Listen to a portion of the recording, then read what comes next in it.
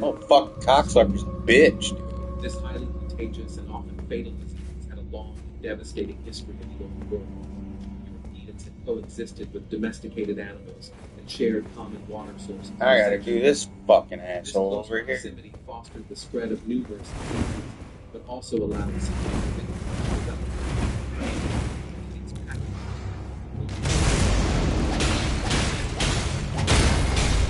First settlers.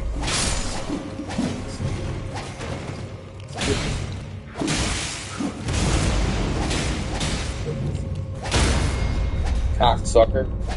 Die, bitch. Bitch hole. You are a cunt. Native Americans offensive to combat.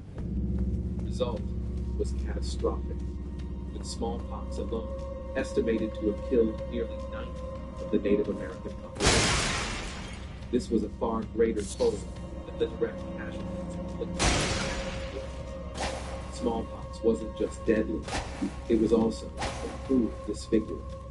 The virus ravaged the body, leaving its victims covered in bruising sores.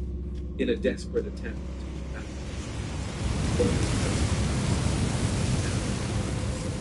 were often called upon to care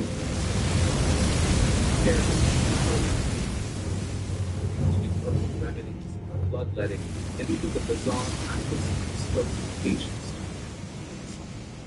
A far more effective approach emerged in the form of inoculation, also known as vaccination.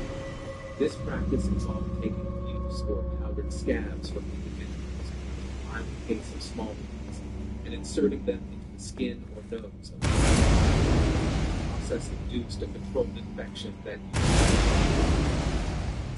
granted the recipient immunity to future outbreaks.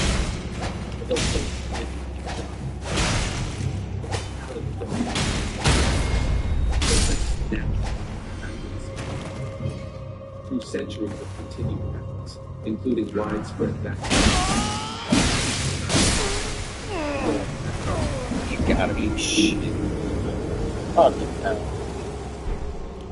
Today, the only remaining traces of this once dreaded killer exist in the heavily guarded confines of research laboratories. Now it's time for today's subscriber's pick. So far, we have looked into some of the most horrific diseases in history, from the agonizing spread leaving harmful horror.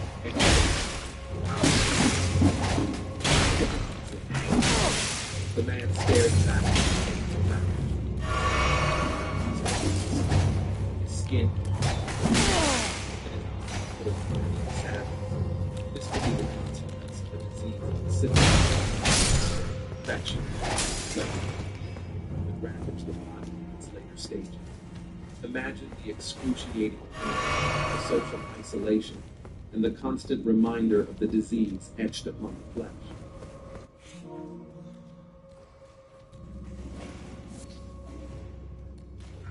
How did these diseases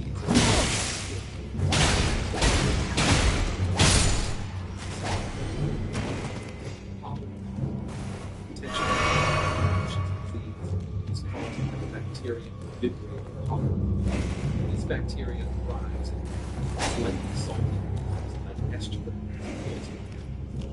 People become infected by ingesting contaminated food or water, often undercooked sugar.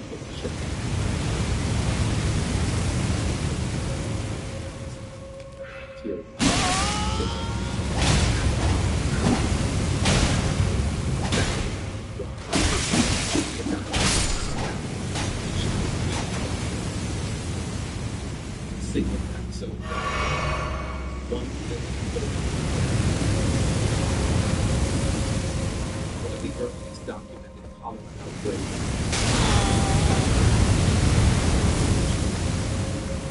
In his book, Legendary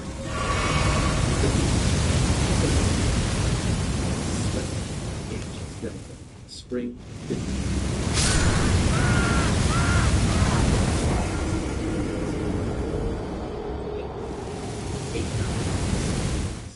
And boasted such a high fatality rate that communities struggled to bury the dead.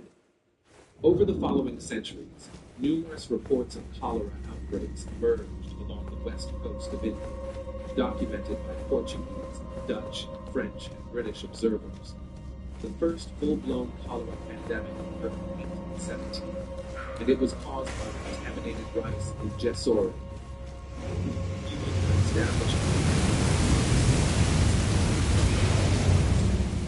Modern-day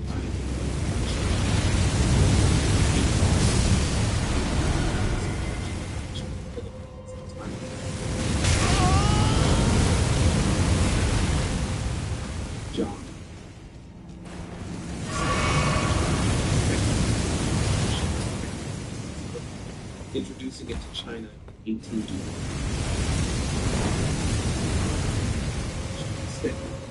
Asia. In 1820,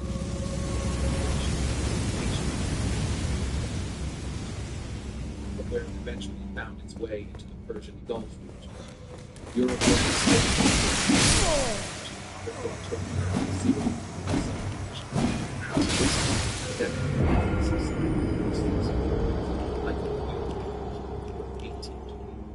to 1824, which may have significantly reduced the bacteria's survival rate in water sources.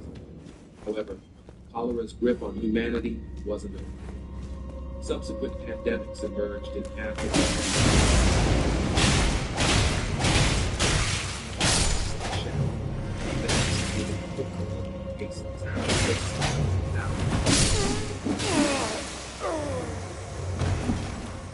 Leprosy.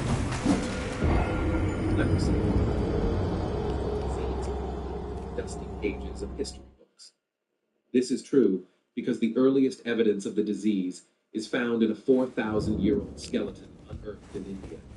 In addition to this, references to leprosy appear in the Bible and other ancient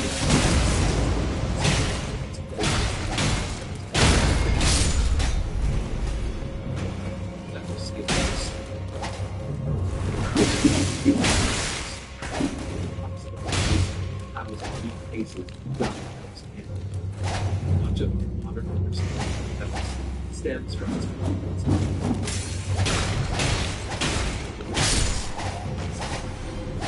13th century, Europe was grappling with a staggering number of cases, with estimates suggesting the existence of 19,000 leprosy hospitals across the continent.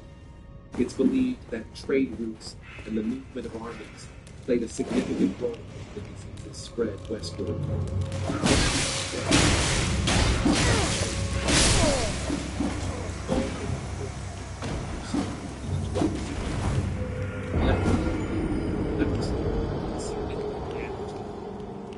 Before effective treatments were discovered, the disease could lead to severe disfigurement.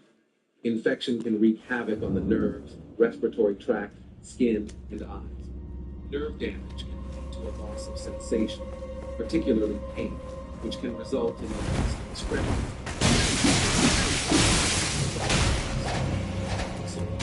Visual. Much of the fear and stigma surrounding leprosy is a legacy, and its transmission poorly understood. People diagnosed with leprosy were often isolated in sanatoriums, the remnants of which can still be found in various parts of the world today. However, the understanding of leprosy has undergone a dramatic transformation since the late 19th century. In 1873, a Norwegian physician named Gerhard Arnold Hansen made a groundbreaking discovery. He identified Mycobacterium leprae, the bacteria responsible for leprosy. This revelation paved the way for a deeper understanding of how the disease spreads and the development of effective medications capable of curing it. Today, a cure for leprosy is readily available, and we now know that the disease is not highly contagious. While treatment is effective and accessible, many individuals are diagnosed too late to prevent the onset of leprosy-related disabilities. This unfortunate reality makes leprosy one of the world's leading causes of preventable disability. Typhus, a group of bacterial diseases encompassed under the same name, carries a history as chilling as its clinical description.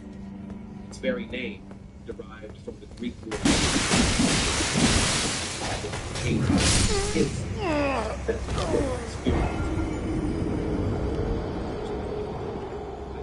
emerged during the Spanish siege of Granada in 1489. Survivors described victims suffering from high fevers, red rashes spreading across their bodies, and a descent into delirium. Gangrenous sores and the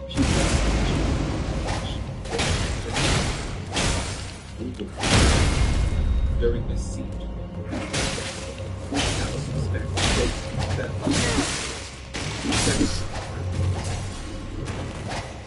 Throughout Europe, from the 16th to 19th century, typhus epidemics ravaged terrifying.